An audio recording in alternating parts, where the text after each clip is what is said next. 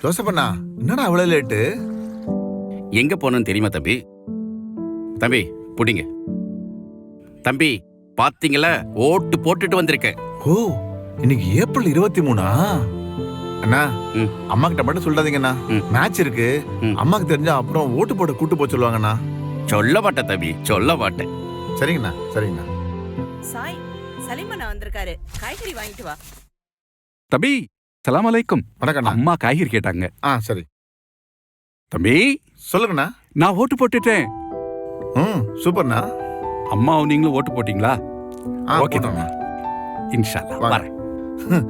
எனக்குனே வருவீங்களா ஐயா? நிறைய வாங்கலாம், கம்மி விலையில. மச்சான், என்னடா சும்மா கத்திக்கிட்டே இருக்காங்க?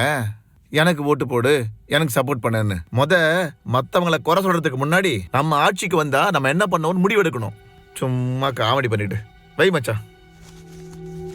டேய், இவ்ளோ சலிச்சுக்கிறியே, சரியான ஆளை நீ சூஸ் பண்ணு. அட போங்கம்மா, எனக்கு வேற வேலை இல்ல. இதை விட வேற என்னடா முக்கியமான வேலை? மா, வெளியில வெயில் அவ்வளவு மண்டைய பொளக்குது. ஓட்டு போடுறவங்க லைன்ல நின்னுகிட்டு இருக்காங்க.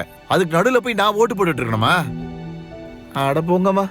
தப்பு சாய், நீ நினைக்கிறது ரொம்ப தப்பு. நீ போடுற உன்னோட ஒரு ஓட்டு. ஆமா, நான் போடுற ஒரு ஓட்டு தான் அதை எதிர்பார்த்துட்டு இருக்காங்களா? அட போமா. அது சரியில்லை, இது சரியில்லை, ரோடு சரியில்லை, வேலை கிடைக்கலன்னு எங்களை மதிக்கல, அது நொட்ட இது நொல்ல, அவன் எதுவுமே செய்யல அப்படின்னு சொல்லிக்கிட்டே இரு. மா, உண்மைதானம்மா. அவங்க குறையதானே சொல்லிக்கிட்டு இருக்கேன். குறை மட்டும் சொல்ல தெரியுது இல்ல?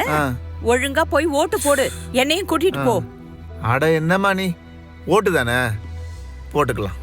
என்னடா இது, ஓட்டு தானே இவ்ளோ அசால்ட்டா எடுத்துக்கிற? அப்புறம் எனக்கு தெரிஞ்சு ஓட்டு போடாதவங்க எத்தனை பேர் பாதிக்கப்பட்டிருக்காங்க தெரியுமா? சரி, இப்ப என்ன பண்ணணும்?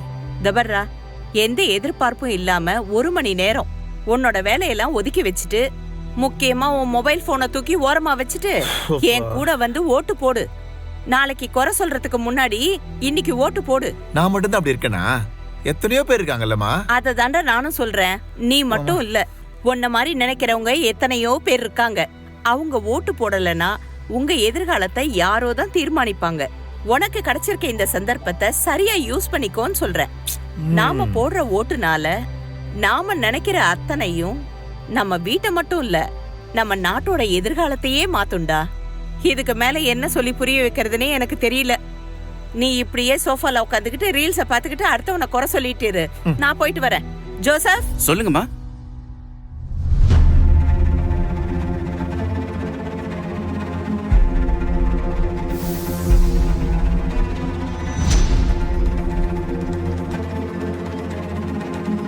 மா, நானும் வரேன்.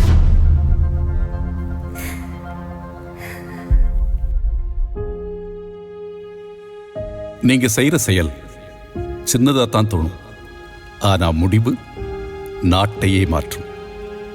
மாற்றம், சிறிய மாற்றம் வீட்டையும் நாட்டையும் மாற்றும்.